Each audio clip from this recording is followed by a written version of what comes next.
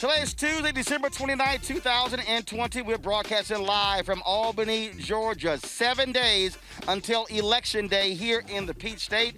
Jon Ossoff, Raphael Warnock going down to the wire as they are going against Republicans Kelly Loeffler and David Perdue. We'll talk with some folks here in Albany to get a sense of how the vote turnout is happening here.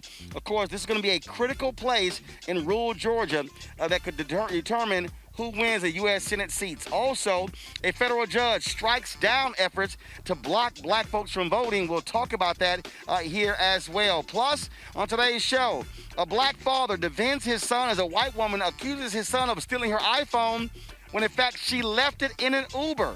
Ben Crump has been hired to be his attorney. We will talk to that father and son right here on Roland Martin Unfiltered. It is time to bring the funk on Roland Martin Unfiltered.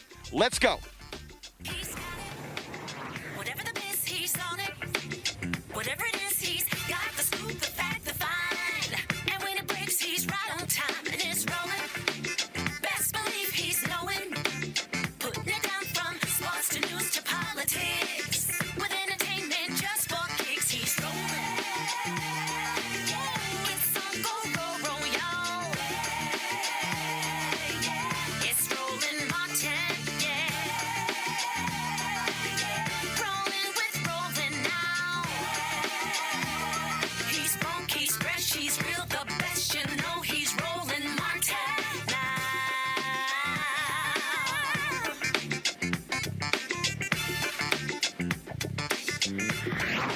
Martin!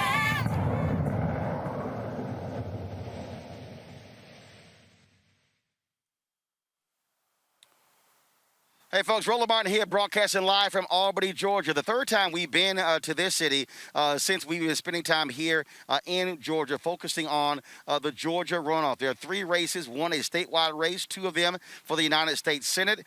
This city is going to be a crucial place to determine who is going to be the next United States Senator. Rural Georgia, Republicans normally have done very well in rural Georgia, running up significant numbers while Democrats have focused on Metro Atlanta.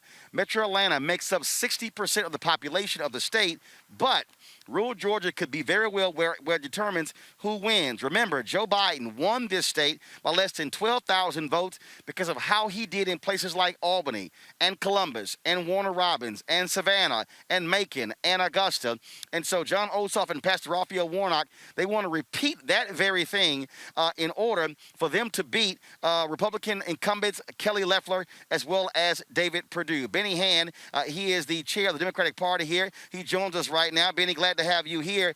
Give us a sense, Benny, in terms of where we are in Albany. How are we looking in terms of this election vote totals? How's that? Early in-person voting, 9,343 as of today. Absentee ballots returned already, 5,600. So we're looking real good. We're actually ahead of pace as it relates to the general election. Actually,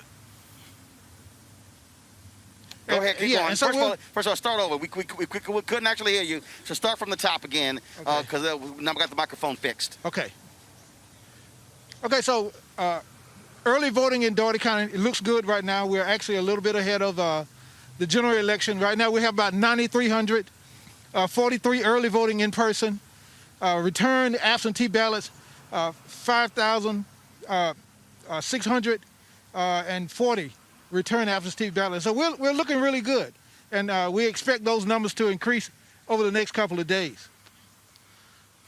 Now, when I was talking with the folks about November 3rd, was it around 58% in this city? And so what are you looking, trying to get that to?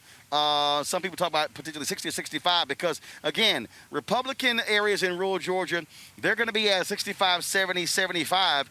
For Ossoff and Warnock to win, they're going to need significant turnout in places like Albany. Yeah, we believe we can get to above 60 and possibly 65.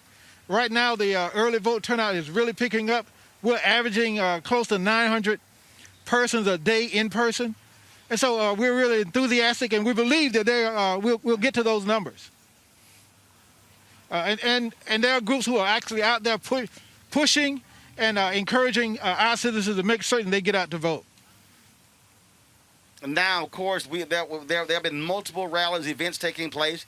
You're limited in terms of you having to be outdoors, and so we were out here earlier. We got some folks who are still sitting out here, and of course, you've had a lot of people coming through here. Black Church Pack, they were out here. Of course, a new Georgia Project, a lot of different people like that. And have you seen before this level of intensity in places like Albany, the amount of attention that's being placed on a city like this? I have not seen it. This is really unprecedented. Locally, we normally see the local groups. We'll see the Divine Nine and those groups out pushing. But to see groups from around the state and around the nation, to see and to receive support from around the nation, encouraging us to make certain we get the vote out. Again, it is unprecedented for Albany, Dougherty County at this moment. So 7 days left. We're going to see more things happen. There's been a significant amount of money being poured into radio, television. Give us a sense in terms of what you expect to see over the next 7 days. Early voting ends on Friday, and of course, the election on Tuesday. Yeah, so early voting here, actually it'll end in Albany on Thursday, but we do expect to see even more numbers. Explain that. No, hold up, explain that. Okay. It's going to end in Albany. So in some places, early voting ends Thursday, some places Friday? Some places Thursday, some places Friday. Friday is actually a holiday, it's New Year's, and so the election board here opt to take that Friday as a holiday. I think we added Saturday voting early in the month to be certain that we sort of got some extra days in. And so, yeah, early voting will end here on Thursday at 5 o'clock. As long as you're in the door at the James H. Gray Civic Center, you'll get an opportunity to vote. We talked to Cliff Albright with Black Voters Matter on yesterday, and one of the things that he talked about, the beating back of Republican efforts to disqualify thousands of voters, about 3,000 in this county. Tell our folks the role that you played and what y'all saw happen here as they were trying to essentially invalidate and keep black folks from being able to cast ballots in this runoff. Yeah. Saw something very surprising. Last weekend we had, and I serve on the Board of Elections. I'm the chairman of the Board of Elections. We had two communications, one from a local attorney with 960 names, and one from a actually sitting city commissioner, B.J. Fletcher, with 2,381 names, saying that these people, they were challenging their abilities to vote in the runoff election.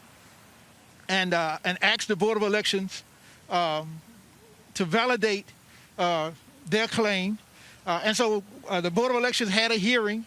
I won't say hearing. Board of Elections had a meeting to sort of look at it and look at the evidence and see whether or not we could sustain that. And the Board of Elections ultimately decided with a 3-1 vote to deny their request, and we turned that back. But again, something unprecedented. We were warned that it was coming, but we didn't think it would come at such a level. But to top that off, later today, we received another challenge that we would have had to answer, but because of the ruling that Judge Gardner just handed down, the temporary restraining order, so we won't really have to make a ruling on that and probably till after the election. But again, we may have to go back and revisit that issue. And the groups that are challenging, they're not from Georgia. This is a group that's out of Texas? It's a group that's out of Texas, but they have a Georgia affiliate. And so when you look at the paperwork, it says Georgia True Vote. And so, yeah, it's a group out of Texas.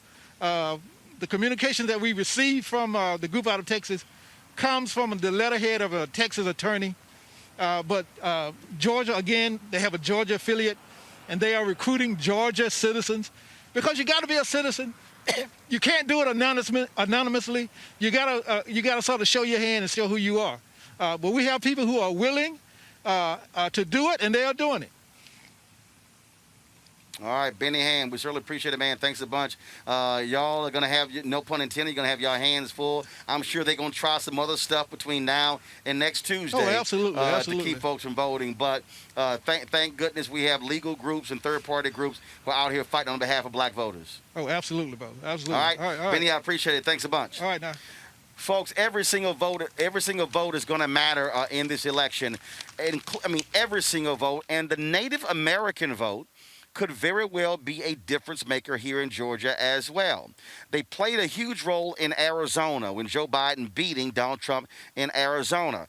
Joining us right now is O.J. Siemens. He is the founder of Four Directions, which focuses on the Native American vote. I met O.J. yesterday at Pastor Raphael Warnock rally in Gwinnett County, and I definitely want to get him on. O.J., welcome to Roland Martin Unfiltered. We've chosen you locally. First of all, Roland, it's really an honor to be on your show.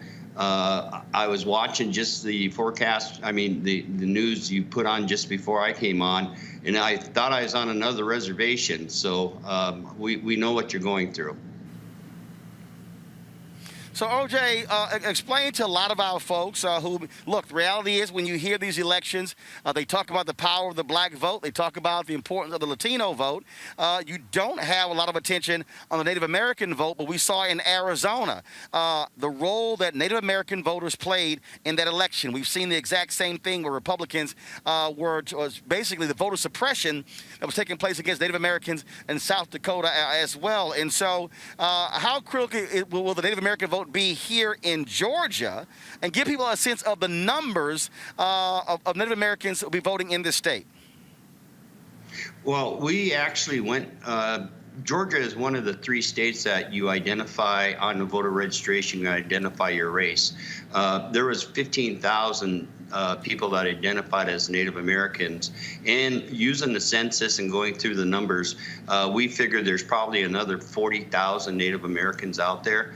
The majority of which we found in Atlanta are the metro area of Atlanta, like Fulton County, DeKalb, in which they identified themselves as Native Americans or others. So we're looking probably around maybe, 45, 50,000 Native Americans that are living in Georgia that we're targeting.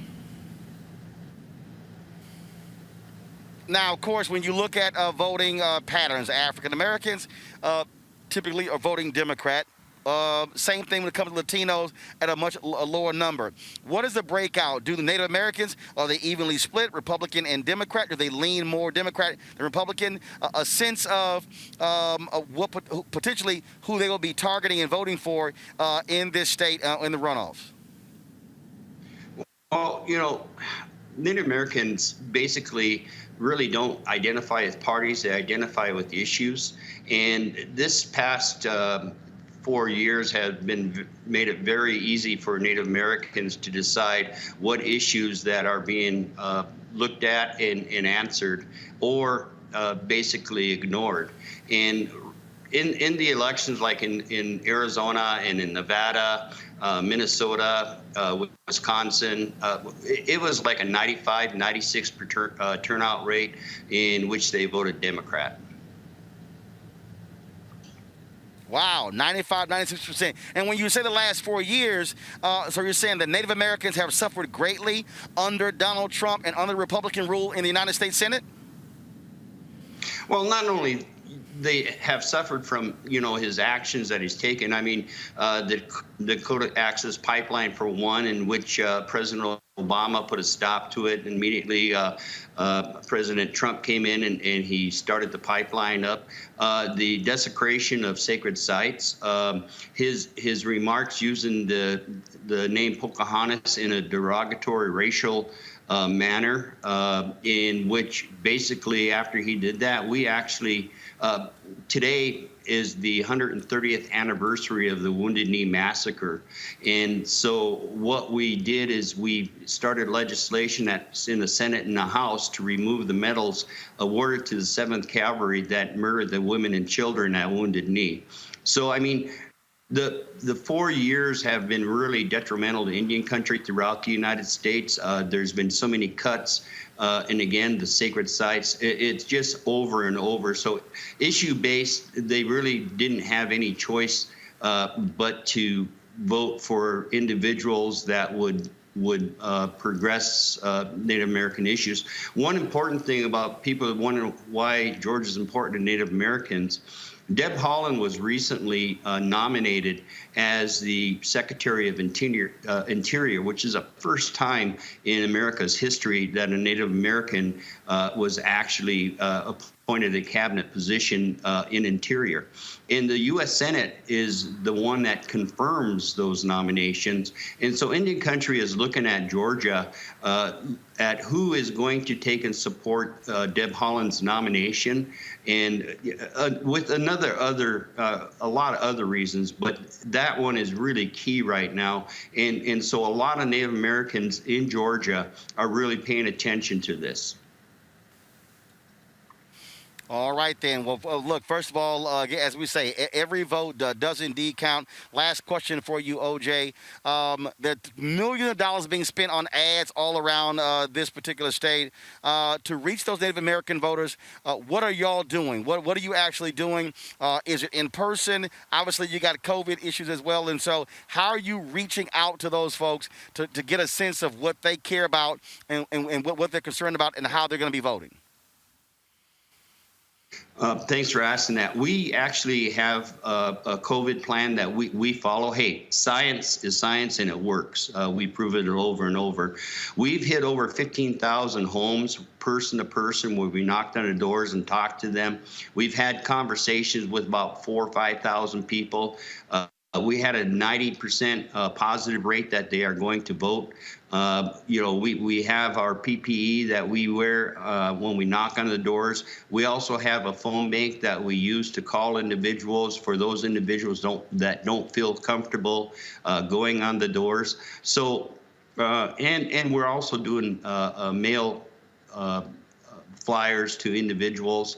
So we reached out right now, at least 15,000. We hit some of them 3 times. We're having conversations with them. We're identifying issues, and what we're trying to also do is let them know that the natives in Georgia, they also have the same issues as the natives throughout the United States, and that as a people that we can make a difference if they stand behind us. Our people always said we stand upon the shoulders of our ancestors, and therefore any barriers that they place before us, we're able to overcome them in order to ensure that we have the equal access to that ballot box. All right, OJ Siemens, founder of 4 Directions. We certainly appreciate it. Thank you for joining us and giving our viewers a perspective about the Native American vote in this election. My pleasure, and thank you very much. It's an honor to be here, and you keep up the good fight. I really enjoy watching you. I appreciate it, sir. Thank you so very much. All right, let's go to my panel right now. Joining me is Rena Shaw, the Lincoln Project Women's Coalition, Candace Kelly, legal analyst, and also Michael Brown, former vice chair, DNC Finance Committee. Michael, you know these politics quite well. When it comes to these elections, it's all about when you say every vote does indeed count. That's the case. Every vote does indeed count. And so exactly how do you see what's shaping up? When you look at what's happening here, Warnock is on a better footing than Ossoff. But Ossoff has to really, frankly, draft off of Warnock when it comes to that black vote in order for both of them. Because, and they're very interesting, Michael, I've never seen a campaign where candidates are literally running together, because they understand both have to win. If Warnock wins and Ossoff loses, then it's 51-49, and that's part of the issue there. And so Democrats need both of these seats, and Republicans need both of these seats as well. Well, first of all, Happy New Year to you, Roland, and to your fantastic team, and to my fellow panelists, Happy New Year to you as well. You know, I tell you, Roland, this in a week or so, or 8 days, depending on how you look at it, the challenge for both Democratic candidates is traditionally, historically, runoff elections, special elections. Democrats do not fare well. We do not We certainly take presidential elections very seriously. You may take your mayor's race in your city very seriously. But for whatever reason, in a runoff and special, we just have not. Hopefully people understand the stakes. I know that folks are on the ground. We're all on the phones doing what we can to make sure folks not just understand the importance, but then execute that importance by getting out to vote. So it's clearly a challenge.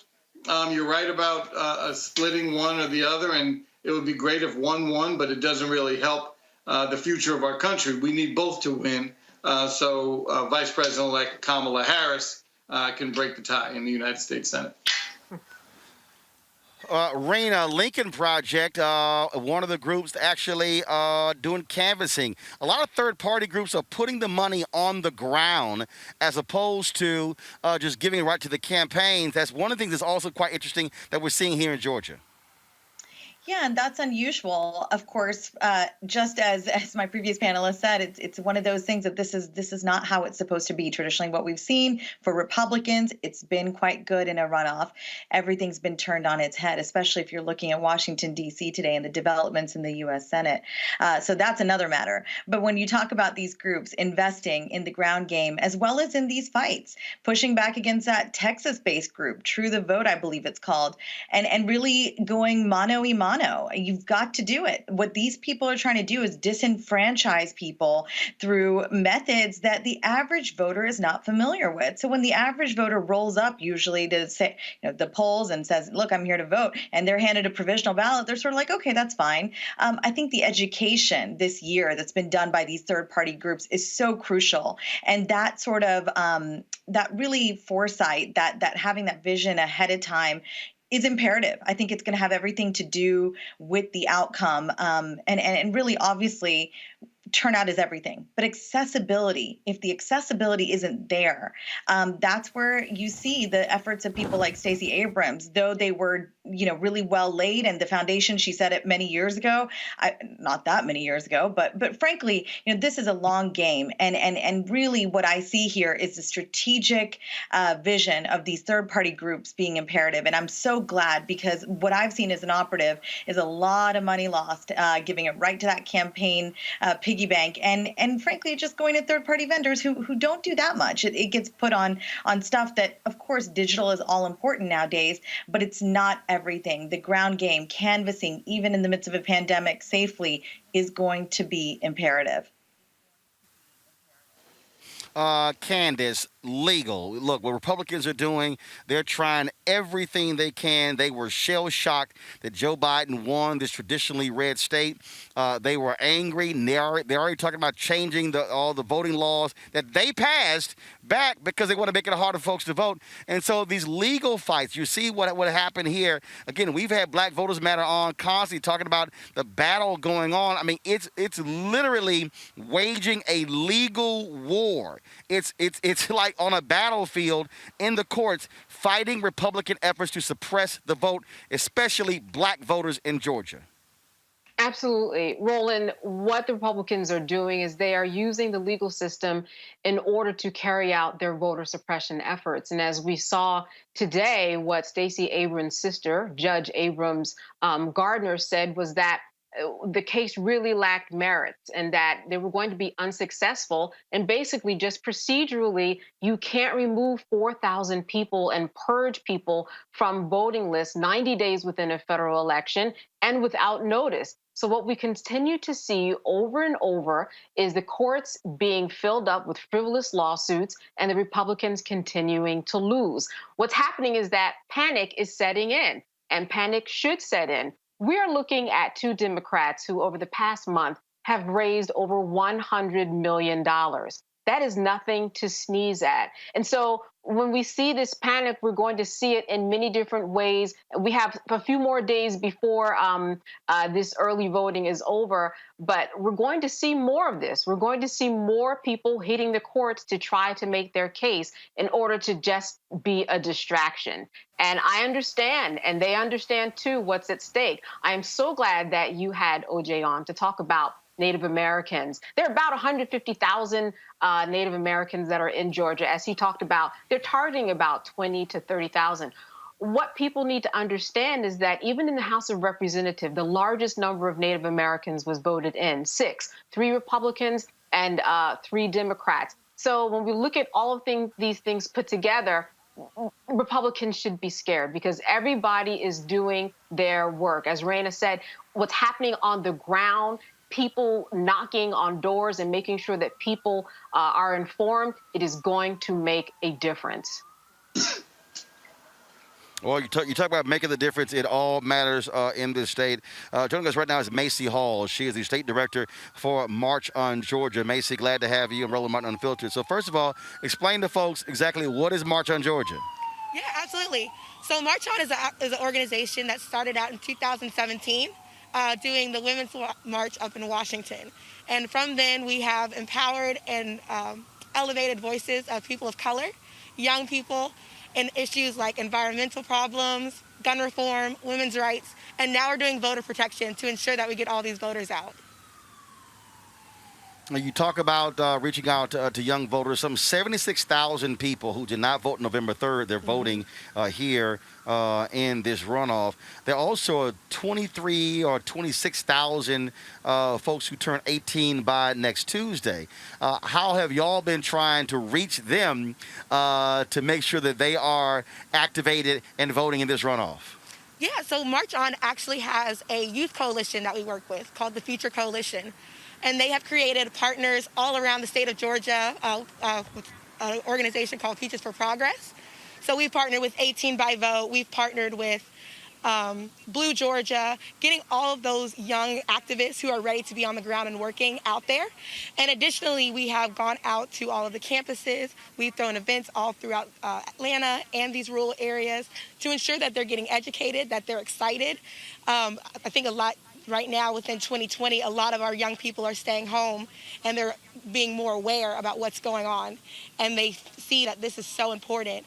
And just like people of color, those young votes were something that really, really took us over the edge back in November. Do you also think that a lot of these young voters realize after the death of George Floyd that, look, protesting is one thing, but you also got to change policy. And in order for you to change policy, you got to change the policymakers. Because we've had various polling folks on the show. And even when it came to protests, there were a significant number of voters who were in that 18 to 35, 18 to 39 demographic that said, you know what, I don't believe in politics, so therefore, I'm going to keep protesting. You can't do one and not do the other. You got to do both. Yes, yes. And what's really, really important is that not only just our senators and getting them elected, but also the people who are local. When we look at the election that happened in November, we were able to see people of color coming into power. Representative McBath is somebody who has been a part of the community and been very vocal about the things that are going on. So when we're looking at getting people in power, we're looking at individuals who we can pick up the phone and call and hold them accountable for the things that they promised us. When we talk about, again, these last 7 days, what is going to be y'all focus, and where the areas are you focusing? Yesterday I talked to Pastor Jamal Bryant. He told me that he told the folks with Black Church Pack, don't come to Atlanta. Go everywhere but Atlanta. Yes. Because so many people want to focus on Metro Atlanta.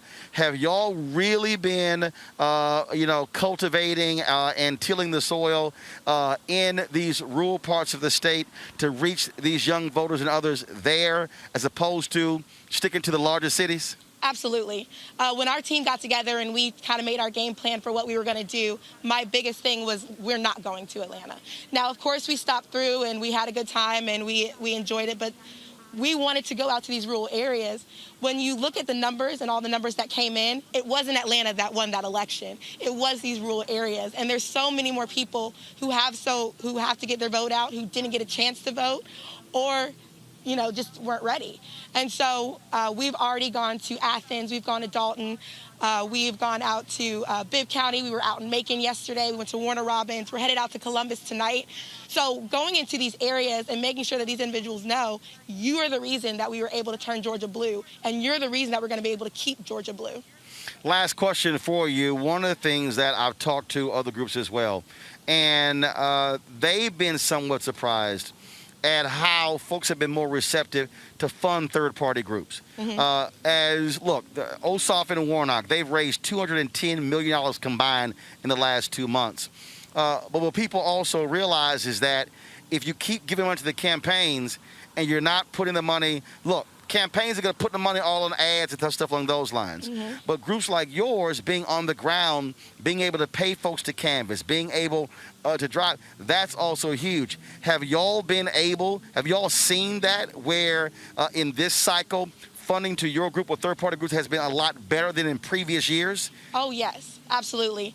So one of the things that we kind of focus on is there's so many partners here on the ground that we kind of all have to separate and conquer to this together.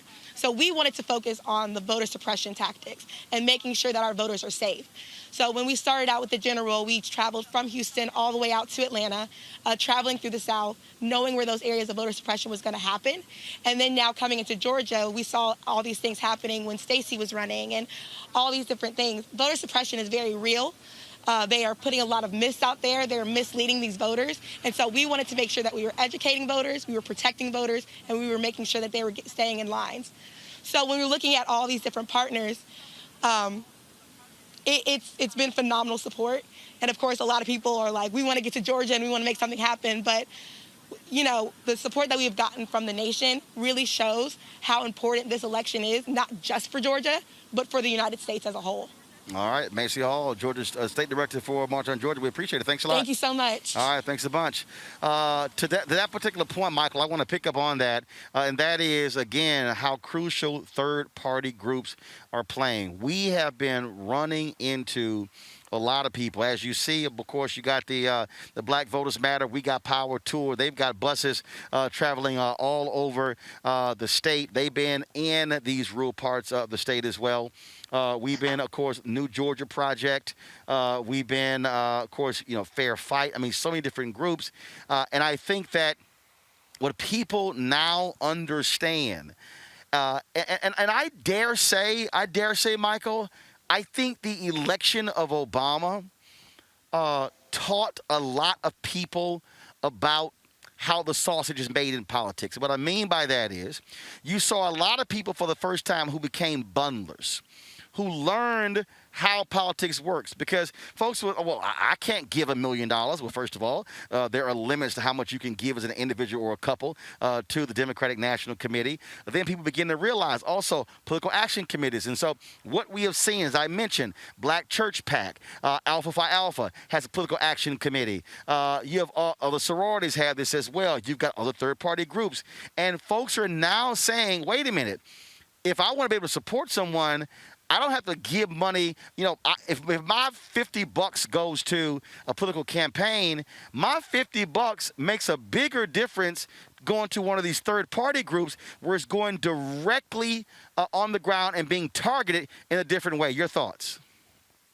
Well, I hate to keep using the word historically, but historically, and the tide is certainly shifting, but historically, right-leaning groups or right-leaning America have been much more conscious about third-party groups and third-party political donations and helping those outside groups than the left have. But recently, and as you obviously mentioned correctly, right during that first Obama election in 2008, the third-party groups began to pick up some steam. And the way you pick up steam is, yes, having boots on the ground, obviously knocking on doors, phone banking, all the traditional ways. And it's great to have volunteers, but you need economic and money resources to fund a lot of these efforts. The volunteers are great, and clearly you can't win without them. But you also need resources. So like your previous guest mentioned, she's going to Columbus, Georgia. They have to put gas in that van. They have to eat. They may have to stay overnight somewhere. They may have to rent tables or chairs, whatever they have to do. They need money to do it. And so economically, I'm glad we've made a turn and understand how important it is to make sure we fund third-party operations. that particular point there, Candace, that Michael makes. Look, it costs money, and he's right. And too often, what has happened is on the campaign side, they've wanted black and brown folks to volunteer. But guess what? You're paying, frankly, these white consultants. This is where money has to go on the ground. And to his point, there's gas, there's food, there's hotel bills, there's all those things that go as a part of running a campaign. And I think being able to see the influx of third-party groups mobilizing and organizing, they are also hitting folks around issues. That is also different from campaigns because people get caught up in, I don't love the candidate, where these other groups are saying, damn that, these are the issues they're advocating. You better focus on that. Absolutely. And what people are seeing now is a live civic lesson unfolding, and then they are a part of it. And that's amazing that they're able to not only learn through the process, but learn through the process from people that they know. It's different when you see somebody who's on TV and you don't know them, you're not even able to physically touch them, as opposed to, LaRonda, who knocks at the door and says, hey, don't I know you from church? Well, these are the issues that we're talking about, and these are the issues that you should be concerned about. When people see faces that they trust, when people see themselves in other people that are talking to them, then there's an easier buy-in. And then there's an easier buy-in, literally, of the giving of money in order to make that truck run and to fill that gas that Michael was talking about. So the whole process, like he said, Michael, since Obama, we've seen an unfolding of events that is unprecedented, where people have become experts and have taken a lot more seriously the power of their one vote, the power of their $1 or $5, because they see how the small grows into a big snowball in terms of making a difference. And to see people that again, hitting the ground and saying, hey, I know this person and I can identify, that's what really, really makes a difference here. And that's what we see going on. All right, folks, got to go to a break. Coming up next on the show, we'll talk to a woman who's leading a group where they're targeting an NBA owner because of the money he is making off of prisoner phone calls. We're going to explain this huge controversial issue and how it is really hurting the families of folks who are in prison in America. Also on today's show, the black father, where a white woman in New York attacked him and his son because she said that his son stole her iPhone when in fact she left it in an Uber. We will talk with them on the show. That is next as we broadcast live from Albany, Georgia. We are covering the Georgia Senate runoff. Roland Martin Unfiltered. We'll be back in a moment. If your vote didn't matter, you wouldn't have so many people trying so hard to stop you from voting. There is some value there. But even when you talk about that people are not paying attention to your issues, I can't pay attention to your issues if I don't even know you there. And the only reason people are going to know you there is when you show up to the polls and vote. That's when that power manifests itself. But as long as you stay at home, as long as you're making excuses, then guess what? You will always experience these issues that we're experiencing today. And another thing, don't get caught up in the candidates, right? There's no such thing as a perfect candidate, but you should be going to vote for the most important person, and that is you and the one you love. You talk about you'll fight for the one you love. You're willing to die for the one you love. You need to ask yourself, are you willing to vote for the one you love? Because if you don't, there's going to be somebody's neck on yours pretty soon.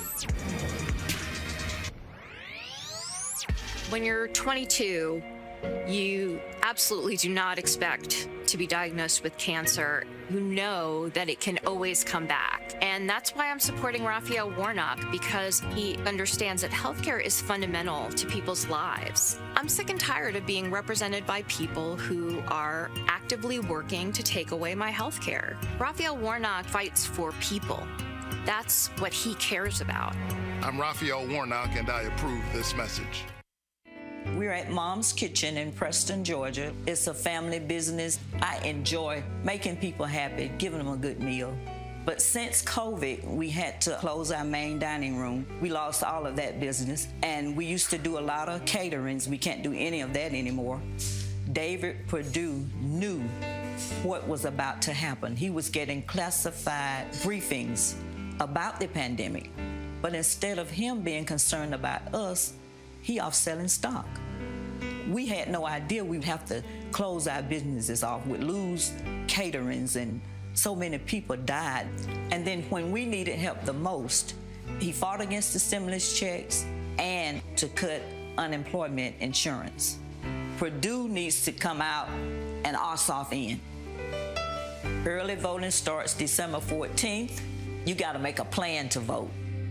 I'm John Ossoff, and I approve this message.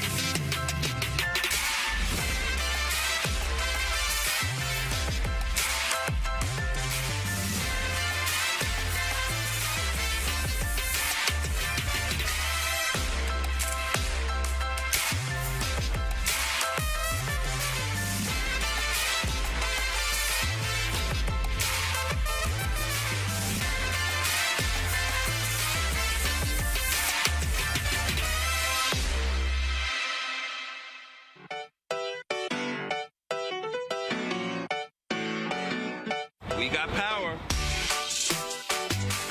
We're about to get ready to launch our We Got Power tour. Slim and I are going on the blackest bus in America. We're hitting the streets again. We're going to be going through at least 12 states, maybe more. I'm just really excited. Now, it's a little bit different this time because COVID-19, we've got to wear masks, we've got to be socially distanced, but we are very committed that we've got to get in the streets and inspire and encourage our people in ways that are socially distant. Ready to hit the road, ready to see our folks, ready to be socially distant, ready to mask up. On our way to Pennsylvania, we'll be there for 2 days, and then we're headed to Ohio to Cleveland. We're going to be just spreading a lot of love and building a lot of power. The very last day, we're going to be out here on the ground in these streets because our people need us. Can't stop, won't stop. Register to vote. You can even request your online vote by mail ballot by clicking the link or by scanning our QR code with your camera. Vote early. Vote today, because we got power.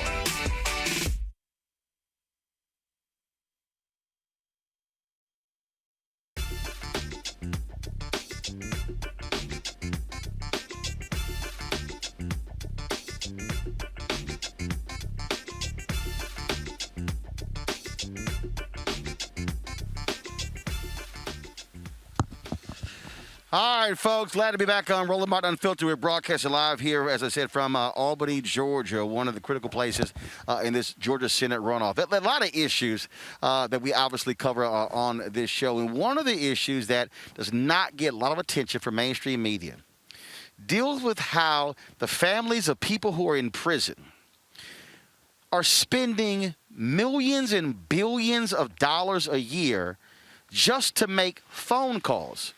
COVID is even more significant because they can't go visit their family members. My next guest has really been targeting an NBA owner on this issue who has made his money from this very thing. Now, we had Mignon Clyburn when she was on the FCC. She pushed through, we had her on my TV One show, she pushed through proposal that would limit the amount of money they can make. Well, Republicans overruled that when Donald Trump became president. And it goes to show you again how folks don't necessarily look at some things. So Bianca Tylik, she joins us right now. She's the founder, executive director of Worth Rises. And she has been trying to get the NBA to do something about the owner of the Detroit Pistons. She joins us right now. Bianca, how you doing? Hi, how are you? Thanks so much for having me, Roland. Give our folks a sense of how much money we're talking about. The billions these folks are making off of prisoner phone calls. Sure. So the prison phone industry, which it covers both prisons and jails and immigration detention centers, is about a $1.4 billion industry. And Securus in particular, which is the company that I know we're going to talk about because it is the company that Tom Gores owns through his private equity firm, makes about $700 million a year on prison and jail phone calls, as well as other services that they have inside of prison facilities.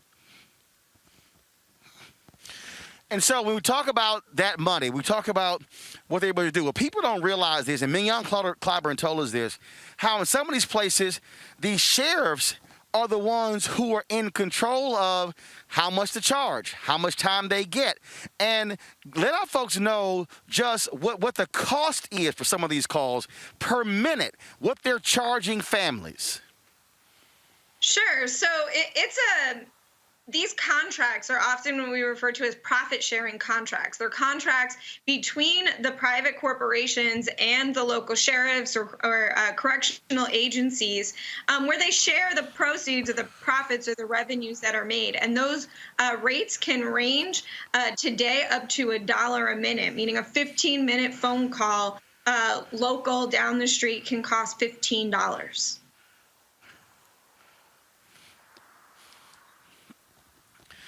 And so one of the things that when we were talking before about this, I talked to one woman. Her family was spending $500 to $600 a month just trying to talk to their loved one in jail.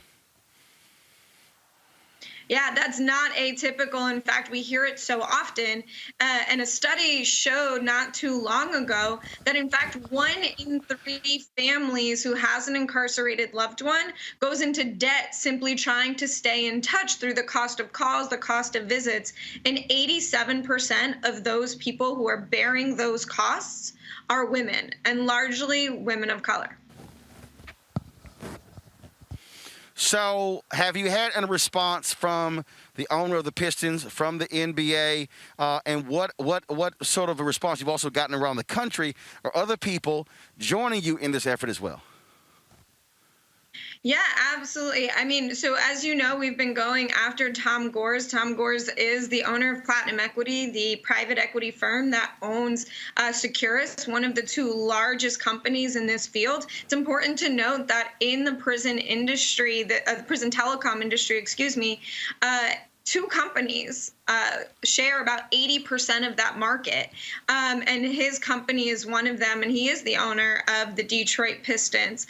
And so we are trying to rally as much support from the public and from others to really engage in this fight and to tell Tom Gores that it's not okay that he's making money off our communities in this way.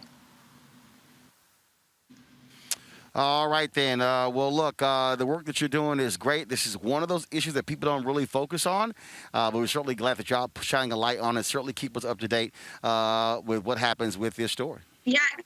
If we could, thank you so much for having us. I just ask that people visit pistonsdeservebetter.com to learn more about the campaign and get involved. Thank you so much for having me. All right. I certainly appreciate it. Thank you so very much. Candace, I want to start with you. Again, we talk about criminal justice reform. We think in terms of sentencing. We think in terms of marijuana convictions. But this is one of those things that's a part of this system that's a multi-billion-dollar impact. And so while people are out here protesting, other folks are sitting here, as she said, these private equity companies making millions and billions of dollars off of the poor and indigent, and these are families who can't afford. I mean, think about it. If you're spending $500 a month communicating with a loved one, you're spending $6,000 a year. That is crazy for folks who are economically don't have those resources.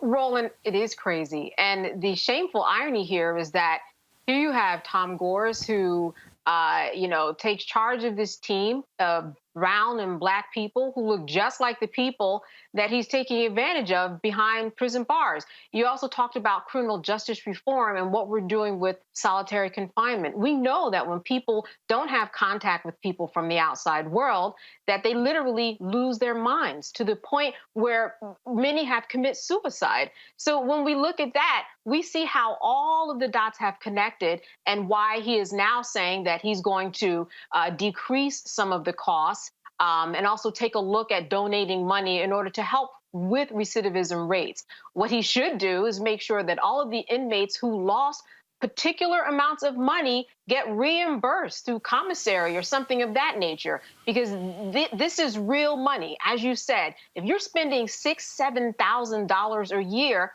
That's what people spend a year on groceries, especially in the time of COVID, when so many people are losing their money. So all of this is something that I don't think is over. While Gore said, yes, I'm going to change some of the rates and I'm going to change some of my ways, it's just a little bit too late because he didn't care about it before. He's only caring about it now because of the ad that was put out in the New York Times. He was called out. You know, it kind of reminds me of Kelly Loeffler and how she put down Black Lives Matter. But then on the other hand, here she was, owner of a WNBA team that was full of women of color. So the disgusting, paradox is just clear in both situations. And I don't think that we're going to see the end of it. And let's see, Rena, what happens if NBA players take up this cause. They're going to be playing against the Pistons. This is one of those things that if you as a league, if you want to talk about Black Lives Matter, this is one of those things where you can challenge the owner of the Pistons to say, we need you to do more. And sure, this might impact your private equity company, but right is right.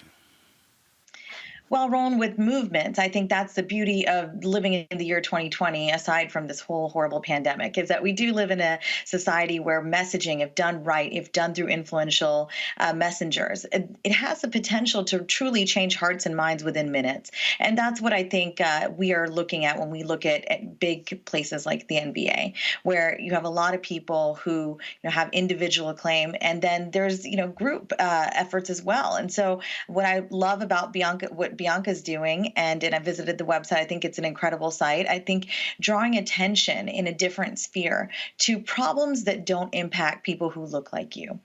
I think that is what the BLM movement really wanted to underscore and really bring attention to, and for a variety of reasons. It was one of the smaller messages in my opinion, I'll say, but I think it will be a success moving forward into 2021, because I think a lot about the prison industrial complex in this country. And it's a very sophisticated term that gets thrown around on Capitol Hill often when we talk about criminal justice reform. But what we really need to see is that the interests of government and industry that essentially use surveillance, policing, and imprisoning people as solutions to economic and social problems, trying to tell us, the common man in America, that these are solutions. Throw these people away and, lock these people up and throw away the key.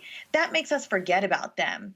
And so these big movements have a potential to change the hearts and minds in minutes and overnight of folks who just don't understand, who don't relate, who have an assumption perhaps that when anybody's calling you from jail, that it's the kind of thing that when they call collect, it's not a big deal. How much money could that be when you see the numbers in real time and what it's doing to pillars of homes like women?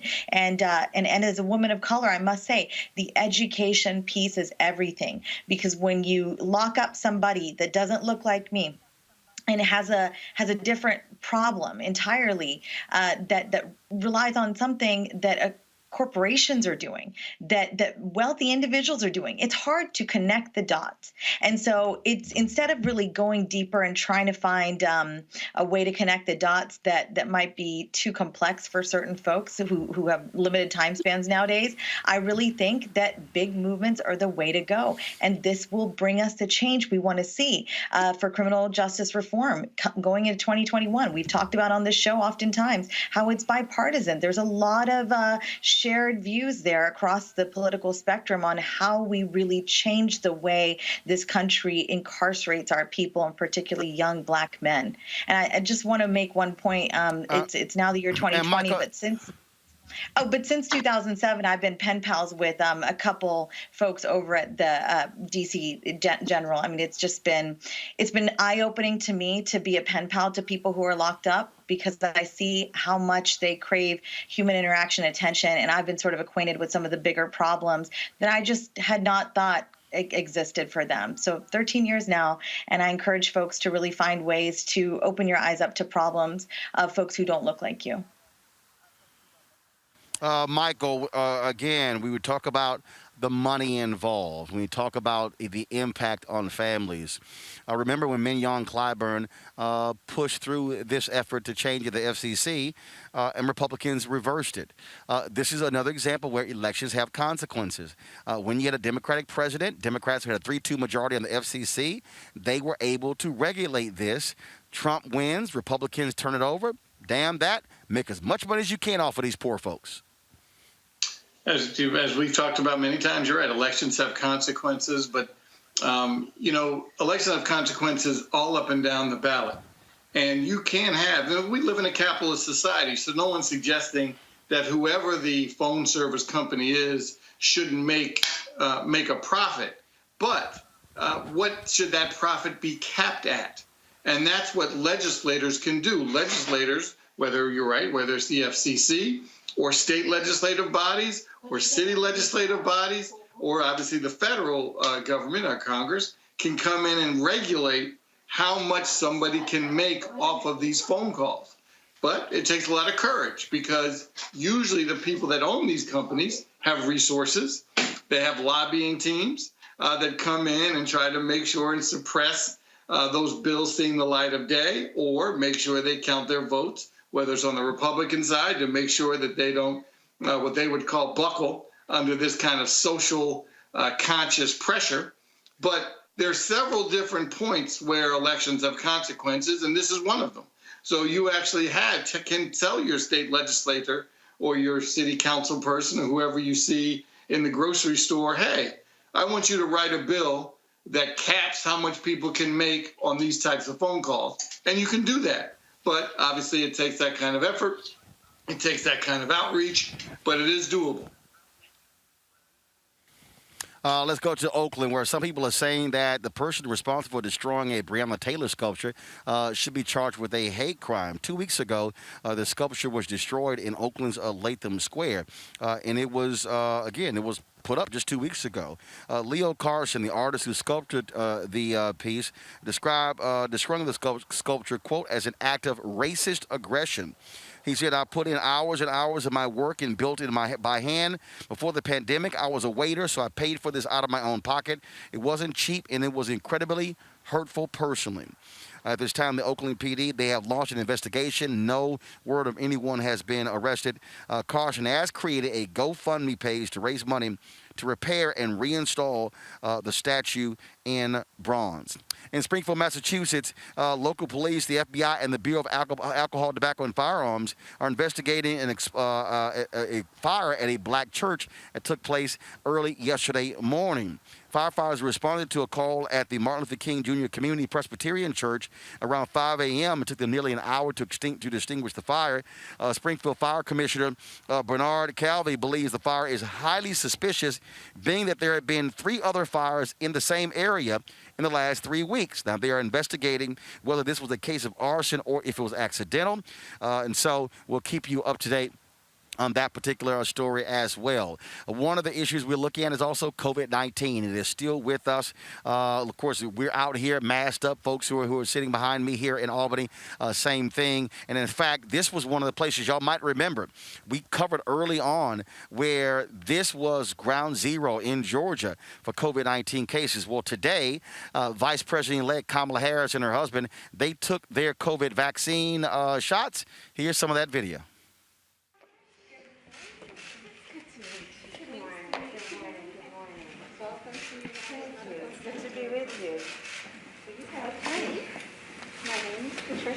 Yes. And it is such an honor to be administering your vaccine today. Thank you very much, Nurse Patricia. You're welcome. Kindly verify the information. Yeah, that's all correct. That's all correct? Yeah. Wonderful. Okay. Okay. Would it be okay if I administer it? Yes, of course. Of course. Thank you. I'm looking forward to it. Okay. So I will first sanitize your arm, and then I will administer the vaccine. Okay, got it.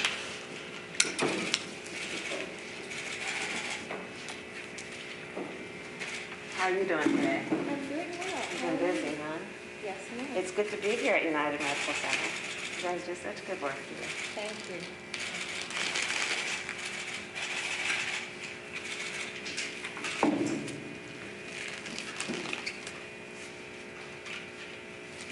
Okay, let's do it. All righty.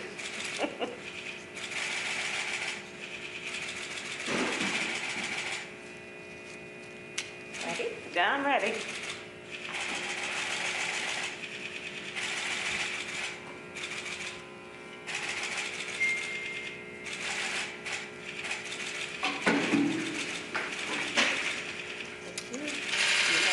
That was easy.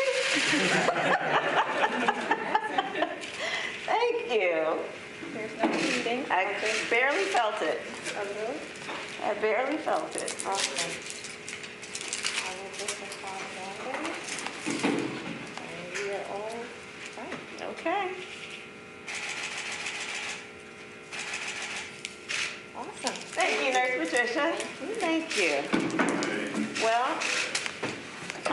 I want to thank United Medical Center for the work that you do in Southeast DC, serving a community that is often overlooked. So it is good to be here. And I've now been vaccinated. Well, Michael, that's what leaders do. Leaders actually lead to see her take the shot. You've had Vice President Mike Pence has taken the vaccine shot. Of course, Idiot is out playing golf. He doesn't feel he needs to take the shot, but then that's also why he's not a leader.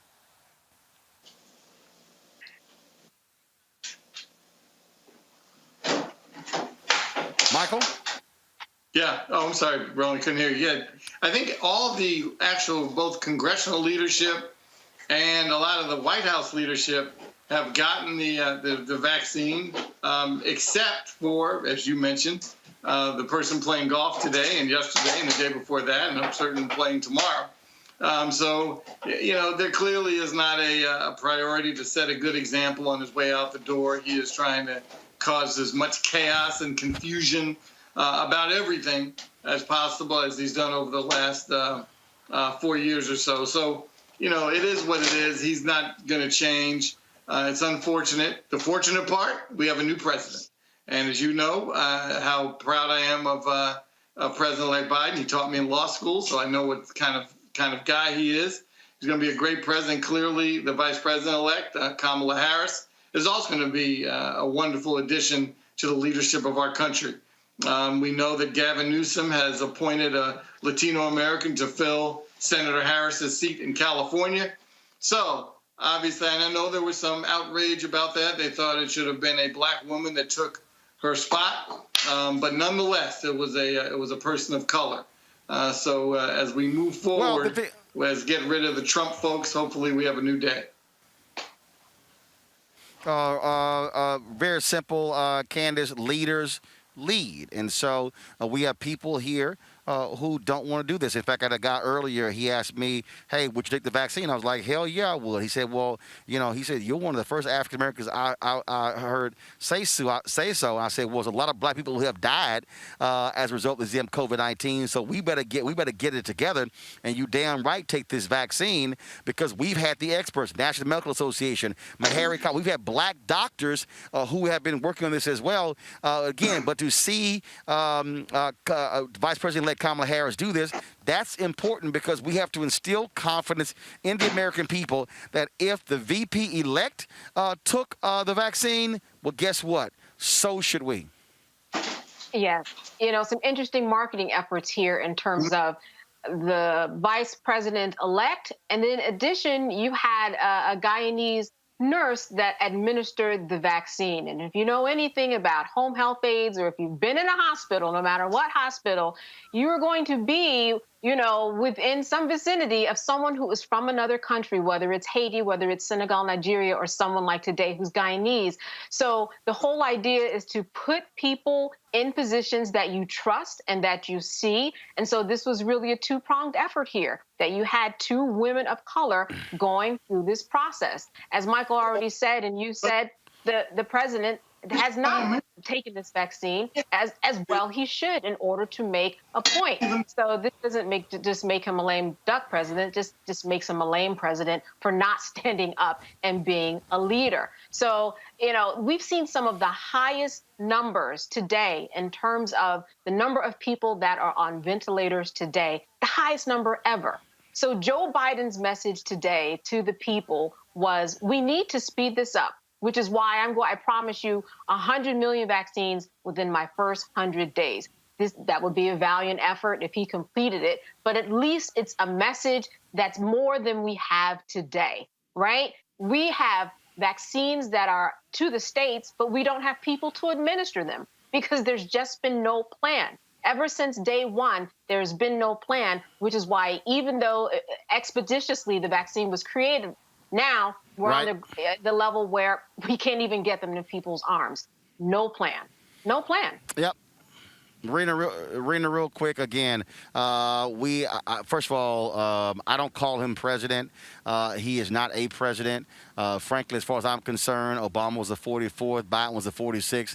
I'm just going to completely skip over the number 45 because what we're seeing is we're seeing this pathetic degenerate of a man spend his time on the golf course, delaying signing the COVID bill. Doesn't care about masks, doesn't care about the vaccine. He only cares about his own ego. And this is, and then frankly, 25 days? It can't get here soon enough, Inauguration Day on January 20th. Well, Roland, I have a very personal link to this story, as again I've talked about on this show many times, is that actually my husband is a physician here in Northern Virginia, and he got his vaccine exactly the week before Christmas. So Christmas was Friday, he got it the Friday before. And so that was his first dose, and he got the Pfizer vaccine. He'll be getting his second dose on January 8th. My brother, who's a physician at our clinic in Southern West Virginia, just made it available to me. He gave me access to his email, and I have it here. 2 hours ago, he got an email from the Vaccine Administration Management System that says your organization or employer designated you in a priority group for immunization. And that's because he put through a request saying, hey, me and my employees need this vaccine. So here in Northern Virginia, very affluent Northern Virginia, we are fortunate to live in.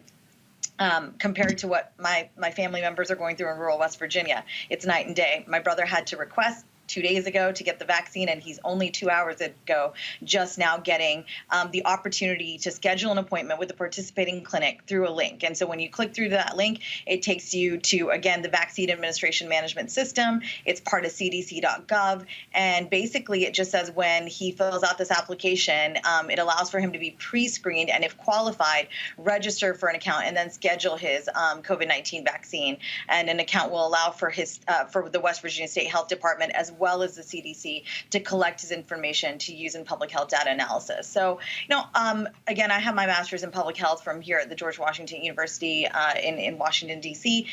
This is a massive failure of Trump, Roland. We cannot understate it, and I really think we will see the repercussions in the months to come. I'm only just now hearing from other health professionals, as my husband is as well. We are getting calls from fellow MDs, fellow MPH, people who have degrees out the wazoo, who are nervous to take this vaccine. And so, look, Dr. Tayson Bell, who I've been on the show with and is an incredible medical provider and just a great overall human, I think, was featured in the New York Times recently. A husband, got his vaccine, and then he and his wife and kids don't have it. That's what we're going through in this house right now.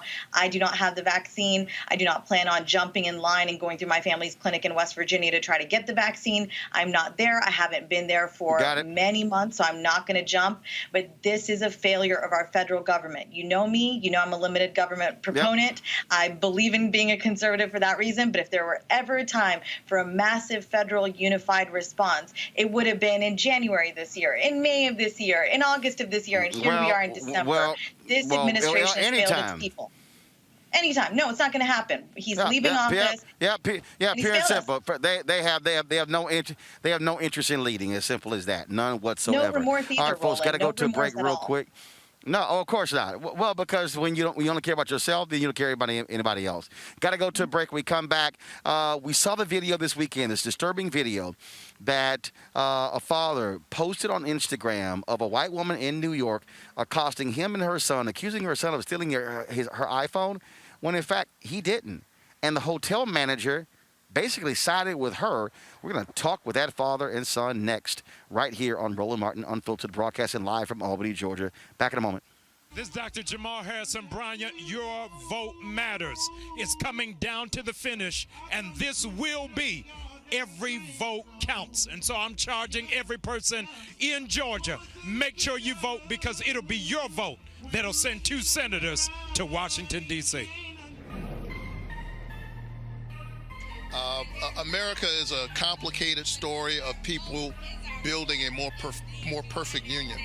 And if you don't think there's been any change, you should sit down with Andrew Young.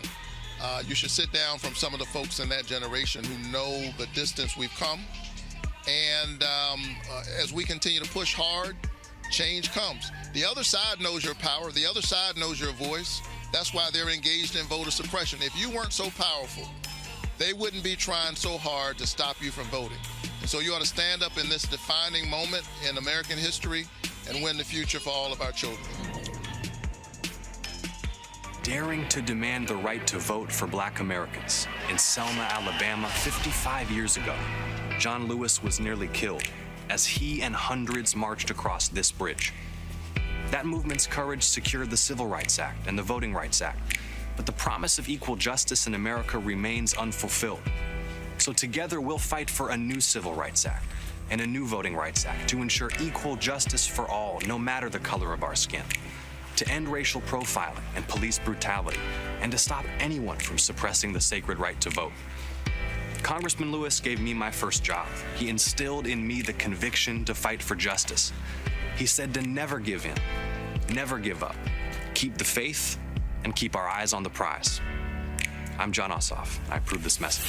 Too many people struggled, suffered, and died to make it possible for every American to exercise their right to vote. We have always used music to speak up for us, but we have been unheard, underestimated, and undervalued throughout our existence. But it's time we play a new song. We can make the rules. We can choose the leader, and our vote can make the difference. Just watch how I do it. We know by now that change will not come to us. Just watch how I do it. Black voters matter. It's our party. Step into your moment.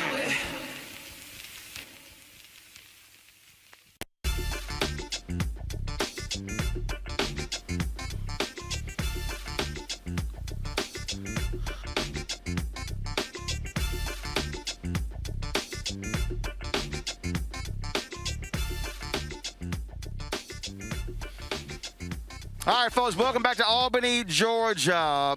Man, this weekend, this video was posted on Instagram. It was like 3 o'clock in the morning. I saw it, and I said, my God, I've got to get this father on the show. He follows me on Instagram. I sent him a DM. But first, y'all have seen the video, but it is still shocking every time we see it. This crazy, deranged-ass white woman, the latest Karen. Watch this, y'all. Show me this is my phone. Show me. No. You don't have to explain nothing to her. Take the case off. That's mine. Literally, get it back, please. Are you kidding me? You feel like there's only one iPhone made in the world? No. Okay, then show me the. Show me all my. You get a life over there. No, what's on your background? You better go use find my iPhone. Go do that. Find my iPhone is on. On now. Right no, you can't. No. I'm the manager of the hotel. I don't care. He will this right is my now. son. Hey, didn't you see me just come downstairs out of the fucking elevator? I'm trying to help. Man. No, but you're not helping. I am. What you've been is disrespectful. No, I'm trying to settle the situation. My son has nothing to do with her. No. I'm trying to figure out what's going on in the lobby. Then show me the proof. No, he's not leaving. Show me the proof. Are you kidding me? You better get on. I need you away. Let's go, kid. I need you away. I'm sorry. Better get on. We have you see two black people. No, I'm not letting him walk away with my phone. Wait. Don't fight. You better get on somewhere. No, please get my phone back. I cannot not have my phone. Listen, get your. And that was only 1 minute of the video. It's a much longer video that the hotel has. Keon Harrold joins us right now. He is a musician. Keon, welcome to Roland Unfiltered. You doing, Roland? So how long did this encounter actually take place? It was probably a minute before I started recording, and it's probably maybe 5 minutes after it stopped. Because when she came at me, I guess the phone stopped recording. So tell our folks what we didn't see. Because we see her coming at you. What didn't we see? Was my son and I, we stayed up late at night after Christmas, and we got up, and I was like, you know what, son, let's go get some brunch. Let's go downstairs and get some brunch. So we come downstairs in the elevator. We make these 2 quick little right turns, and you're right in the lobby. The minute we got into the lobby, this person looked at us like we were red and she was a bull. Like, she looked at my son and she pointed at him and she said, he has my phone. It's him. He's got it. Give me my phone. And she went right to him. And before that, I really couldn't believe it.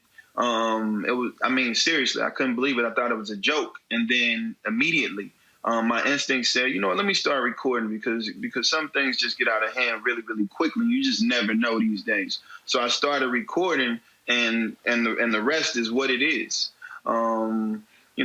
So literally dealing with her, telling, they're wrongfully accusing my son. He's 14 years old. I mean, that's my boy, my baby. And, literally treating him like he had no rights, like they had all rights over him. And I just wasn't okay with that at all. I mean, I've been all over the world with the best artists, from Jay-Z to Beyonce to Rihanna to everybody. And I'm a whole man, and I want my son to be that way. And I just can't have anybody talking to him any kind of way and just disrespecting his property and just his person and his body. So I just wouldn't allow it to happen. After the video cut off, it went on for, like I said, maybe 4 or 5 more minutes of this person literally trying to get to my son, scratching me, taking him down. Like, literally, this person was irate.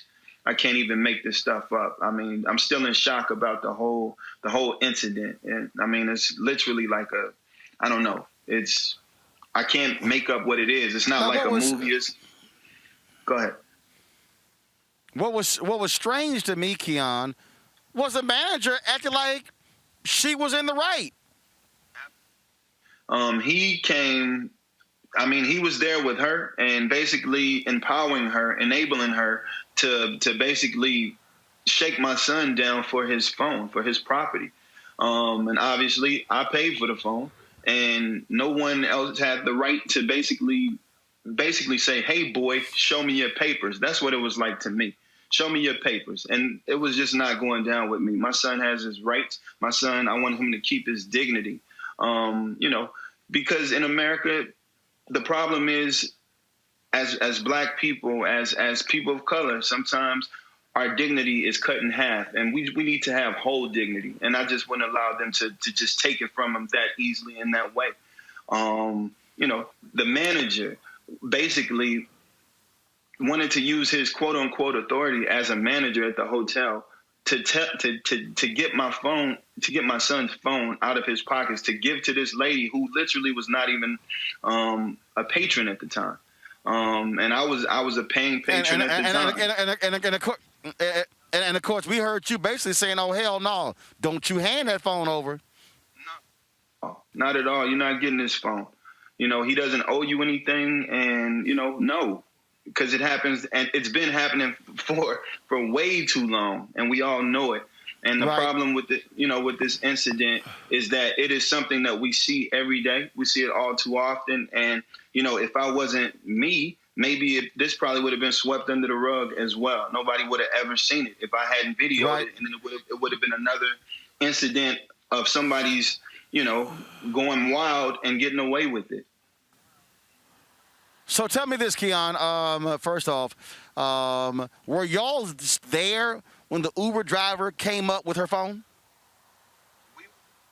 We were at the restaurant, like at some point. Literally, I don't know if I've ever been in shock, but as I play this back, as I go through day to day, I think I was in shock because we were eating, and literally, I'm still just basically couldn't believe that this had happened.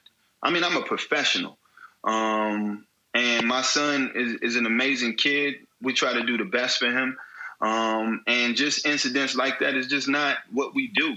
And the fact that this actually happened in this establishment, and it was basically empowered by the management, I don't know, it put me somewhere else. I'm still somewhere else when it comes comes down to it. We were eating, and we come back in, and I guess she was gone, but she had come back to, I guess, called the Uber or something. Somebody brought her phone back. I don't know what taxi company or Uber or Lyft, whatever it was. They brought it back, and she got her phone. To no apology, to anything, to what had happened with my son. I mean, they totally disrespected my son in a major way. And I just thank God that I was actually there to be with them. It's so often that the parent is not there with the child. If I had to come down a little bit later, I couldn't imagine what I'd have done if these people were on my son, because I'm a big guy. I'm 6 foot, like 220, 230. And, you know, they really didn't care. They didn't hear anything that I had to say. As I told her, why don't you use the Find My iPhone feature? Everybody uses that I know when you lose your phone. That was not enough for her. I mean, now, here's the deal. Here's the deal. Here's the deal. Was hilarious, Keon. When I was in Miami for American Black Film Festival, we were at a reception, and that was a sister who came there, and then she went, "Oh my God, I lost my phone," and so she was freaking out, and I said, "All you got to do is, here's my phone." I said, "I log out. You put in your Apple ID username, and then your account comes up. Ping your phone." That's exactly what she did. Pinged her phone. The Uber driver brought her phone back. That's how it works. But what gets me is she never apologized. The hotel has said, first of all, what was the name of the hotel? And because the parent company has said they have reached out to you. And so that's first. No apology from her. Did the manager ever apologize?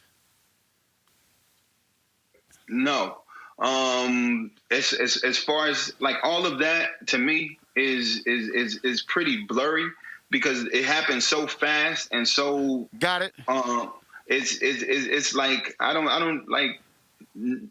No, it was a blur, and so much so that. So it's still unbelievable, man. So the hotel says the hotel company says they've reached out to you. Have you talked to them? And what is next? Has the woman been identified? What do you want to happen next? Because she assaulted you and your son. Absolutely. So my attorney, Ben Crump, and we basically are, filing charges and trying to see what's next in the process. Legally, and hold on. When you said Keon, you said filing charges. Has she been identified? Identified. Say it again. Right. Actions breaking up. Has she or has she not been identified? She's been identified. Got it. Okay, got it. So y'all are going to file charges against her for assault against you and your son. Yeah.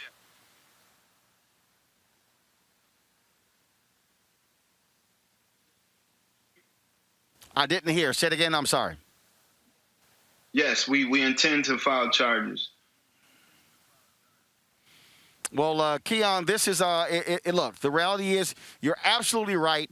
Had you not pulled your camera out and recorded it, it would not have gotten this attention, which is one of the reasons why I keep telling our folks, look, this shouldn't have to be the case. You've got these crazy deranged folks out here. A lot of folks, there are a lot of folks out there, white women and others, who are challenging black people, as you said, demanding papers. And the reality is we must stand our ground and assert our rights. And you did the right thing by fighting for your son and making it perfectly clear you don't have to bow down to anybody who is demanding you turn over your phone as if you were a thief. And that's exactly what this woman tried to do. Absolutely. And, at this point, it's been too long, and we're going into 2021. We've had one black president. We're going to have we have president-elect, vice president-elect right now. Right. At this time, it's time for change. It's time for, no matter what you do, no matter what you look like, to be treated as a full-fledged whole person. We're not 3/5 a man anymore. And the idea that we need respect, our kids need respect, our young black boys, need to feel whole and feel protected wherever they go, no matter, being, falsely identified as, whatever, a thug or whatever it is. It doesn't matter. I deserve to be here. I paid my money to be in that establishment. We deserve to be there. We didn't deserve to be treated wrongly. We didn't deserve to be categorized as somebody who needed to offer up our property just because somebody asked for it. It's time out for that. And to me, it's more than an apology now. It's about change. Right. You're right. Keon, we appreciate it, my brother. Thanks a lot. Give our best to your son. Thank you so much for talking to me, Roland. Thank you very much, sir. Candace, I want to go to you quickly, go to my panel quickly before I go to a quick break and then do some interviews here with some folks here in Albany. Candace, this is where lawyers, Ben Crump is the attorney, this is where you take folk and they got to pay for what they did to him and his family. That's right. And, one of the biggest takeaways, too, that I get from this is that here was a father and a son who were going to have a nice brunch. And then all of that was displaced by this. And this is what that young man is going to remember when it comes to Christmas 2020. All they were doing was going downstairs to eat. And then this is what happened. So, yes, this is more than just an apology. This is somebody that has to pay, because this is a woman that was trying to steal this young man's phone because that phone did not belong to her. Then she libeled him by calling him a thief. And then, as he said, as the father said, I mean, he was in shock. So you have a lot of emotional distress that was there. Civil rights violations by the hotel. I mean, the list goes on. Benjamin Crump took this case for a reason. Let's put it that way.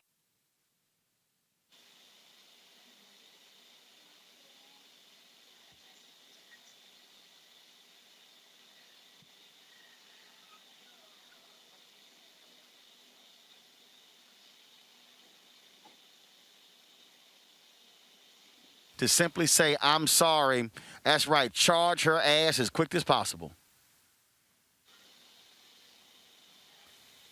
Absolutely. And I think those charges, hopefully also the judge or whoever the finder of fact is in this case you got to start having some harsher penalties as a deterrent. So folks will look up and say, you know what, maybe it's not a good idea, like the Central Park case. I don't know if that's been adjudicated yet or if that's been completed and what happened with her. But slapping folks on the wrist for making a mistake is not going to get it done. As Candace mentioned, you have to do something that's going to deter people. You got to change behavior. And we talk about this, obviously, with police shootings as well. Until you change behavior, these kind of things are going to persist. And I'm glad he took video, because without the video, everything would be different. Oh, I never said that. Oh, it didn't go down like that.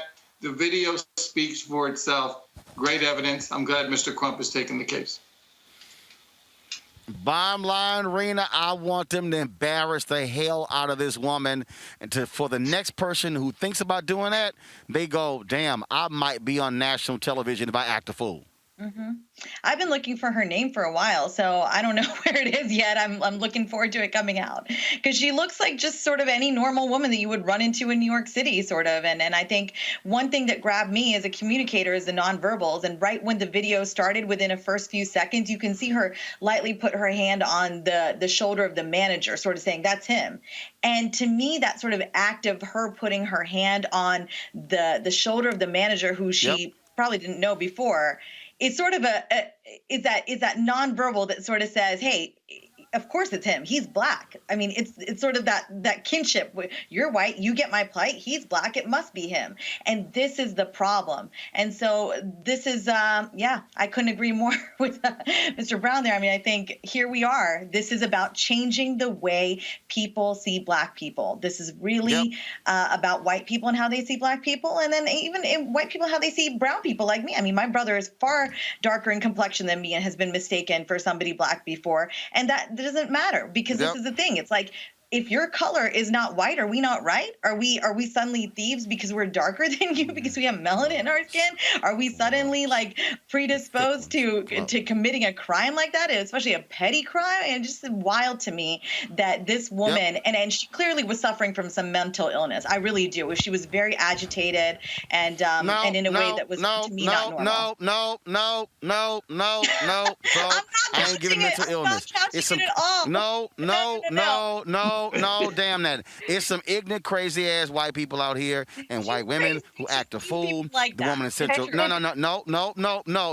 No. I've seen this too many cases. Is folks with privilege. The woman who called on the barbecue in Oakland when you had the woman who the brother was barely parked into the median and she called the cops. The white woman who called on the black woman with the lemonade stand. I could go. The white woman with the UPS driver. The brother's wearing a damn brown uniform. It says UPS. The white man with the FedEx driver. I can go on and on and on. It ain't mental illness. White supremacy is not mental illness. It's white supremacy. And that's what that was. Pure and simple. I do agree. All right, folks, I do agree with that. Today, but I'm not going to just let them slide with mental illness. I'm not saying it needs to be medicated. I'm saying she had a crazy look in her eye. It needs to be no. It needs to be adjudicated. Throw her punk ass in jail and make her pay up for assaulting that man and his son. Michael. Well, guess what? And make our ass real famous. Michael, Rena, and Candace, I appreciate it. Thanks a bunch. Got to go to a quick break. Real quick, I'm going to come back. Final interviews with some folks here in Albany, Georgia. Roland Martin Unfiltered. Back in a moment. We learned early in Sunday school that thou shalt not steal, thou shalt not bear false witness, thou shalt not have no other gods before me. Raphael Warnock's opponent seems to have forgotten these basic Sunday school lessons. Her gods of greed, her lies about Pastor Warnock, and her shady Wall Street practices are evidence of this. And on January the 5th, let's bear witness that greed, lies, and shady dealings don't represent Georgia.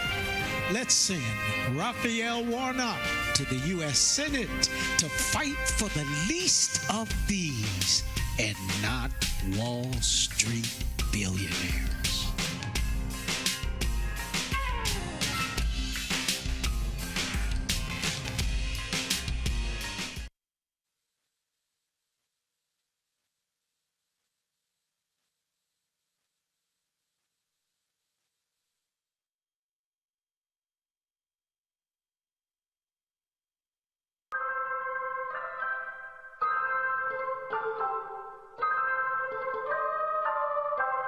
You are leading the way for the rest of this state. And we believe that this state is on the verge of shocking the entire country.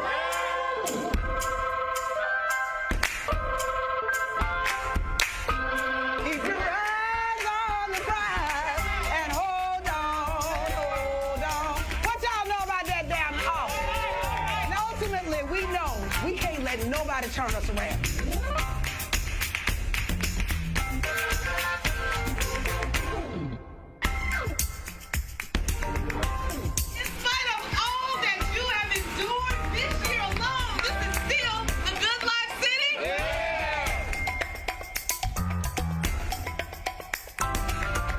If it turns out that the Senate is hinging on one seat and there's only one race left,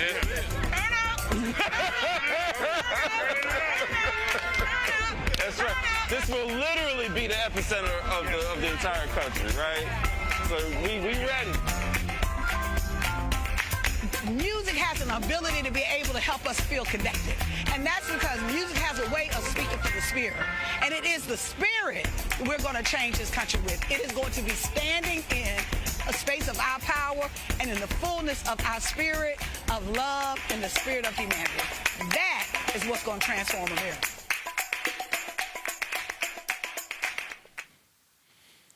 All right, folks, welcome back to Albany, Georgia, where we've been here all day, focused on the Georgia Senate runoff race. Joining us right now is former state representative here in Georgia, Joyce Barlow. Joyce, first of all, I take it you're an AKA. Yes, sir, I am. Thank you. You got enough pink and green on. So let's talk about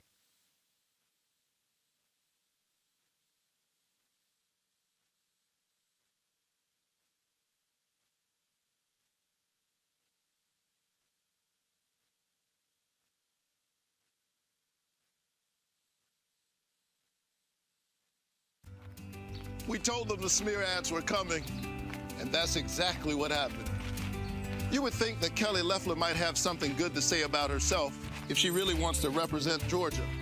Instead, she's trying to scare people by taking things I've said out of context from over 25 years of being a pastor. But I think Georgians will see her ads for what they are. Don't you? I'm Raphael Warnock, and we approve this message.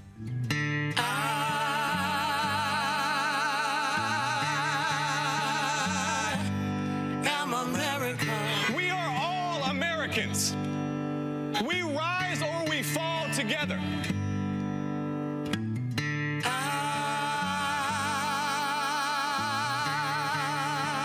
This is a critical moment in the history of our country. So many people are depending on us. Let me live. They want us to forget they're still trying to take away our health care in the middle of a pandemic. Let me breathe. I'm running so that ordinary people can have a path of prosperity. Let me be who I want to be, where I want to be. Let me be free. Give me your time. I am tired. Give me your poor. But I am strong. Give me your hand. I'll be here. I will guide 'cause I know I belong. You have two extraordinary candidates in John and the Reverend who deserve your vote. And let's face it, you've also got two senators who badly need to be replaced. Oh, yes. Give me my freedom. Give me my freedom. Give me my freedom, and I will rejoice. This has to be a movement-style, bottom-up, grassroots turnout effort unlike anything we've ever seen in our history. May we rise to the challenge of this renewed reckoning around race and push back hard against the forces of bigotry. All I ask of you, all I ask of you, all I ask of you.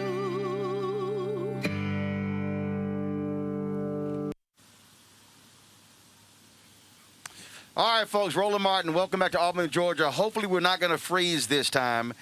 This third time is a charm. We're joined by former state representative Joyce Barlow. Joyce is here in all of her pink and green glory. Taking the AKAs are going real hard for y'all, Sarah. Yes, we are. We are working really, really hard for President-elect Biden and our Kamala Harris, Vice President-elect. What we're doing, our program is called AKAs Lead Georgia. And right now, that means we are learning and trying to assist folks. We are advocating, empowering, and helping them to decide. And all of that means is we're educating them, we're teaching them about mobilization, registration, voting, and understanding about the candidates that are out there and making an informed decision when they decide to vote. We're working also in the rural areas, the areas that frequently get overlooked, that surround Dougherty County, Randolph, Early, Clay, Calhoun, Stewart, Webster, and Quitman counties. Those populations, their votes are just as important and were a part of turning the state of Georgia blue. And we really want to make sure they're well represented. And so, so are y'all going door to door? We know exactly what kind of canvassing are you doing? Well, we are doing a lot of vote tripling. We're talking to people after they voted and asking them or reminding them in a nonpartisan manner to either text or call 3 friends to get them out to vote. And specifically in the rural counties, which we have a lot of volunteer people who are canvassing, boots on the ground, door to door, knocking, even though our populations are not as condensed and compact, we have to make sure we get the people who are in the city, the small cities, as well as going out to the county knowing whether Miss Ruth lives down the street and Mr. David is 2 or 3 doors down, and knocking on their doors and letting them know we care about them and their vote is just as important as the people in the big cities. All right. Well, George Barlow, we surely appreciate it. Thank you so very much. Y'all keep it up. We got 7 days left. Yes, we're on it. All right, got one more. Come on up. One more interview we'll do real quick here just to give y'all a sense what's happening here. All right, tell folks who y'all are. Hey, how you doing, Roland? I'm Commissioner Demetrius Young of Ward 6 here in Albany, Georgia. And I'm here with my good friend Amna Faruqi. We are 2 of the principals in the Election Protection Coalition here in Dougherty County, which is a group of local organizers who a lot of groups such as Black Voters Matter and Woke Vote and a lot of different groups have partnered with to do a lot of the work here on the ground. And I just want to thank you for coming and shining some light on Southwest Georgia. How's it been going thus far? Been going pretty good. The turnout has been phenomenal. People like Black Voters Matter have actually been in our community for well over a year now. Right. I'm a first-term city commissioner, and I had a runoff in my first election. And with the work they did, they almost had us match our general election turnout in my runoff. So we're hoping for the same result in this election. Yeah, and we're seeing, I mean, almost 1,000 people voted yesterday alone. Wow. Yeah, and we're, I think, at 9,000 total for early voting in person at downtown for the county. So we're seeing high turnout and a lot of enthusiasm. And what a lot of people don't realize is, I mean, African Americans really prefer to vote in person. And so if you're seeing that turnout in early voting, now is that just early voting? Does it include absentee voting, or is that just in-person voting? That's just in-person voting. Right. So that doesn't even count in the many people who have been voting by mail because of COVID and because they just want to vote by mail. Right. Well, and as I said, as I talked earlier with Benny Hand, I mean, what Republicans have been trying to do, just throwing up every legal roadblock. And so folks have been looking like Olympic hurlers jumping over it, but it's real. Yeah, well, let me tell you about that, Roland. The woman that brought the challenge is my city commission colleague, and I think it's beyond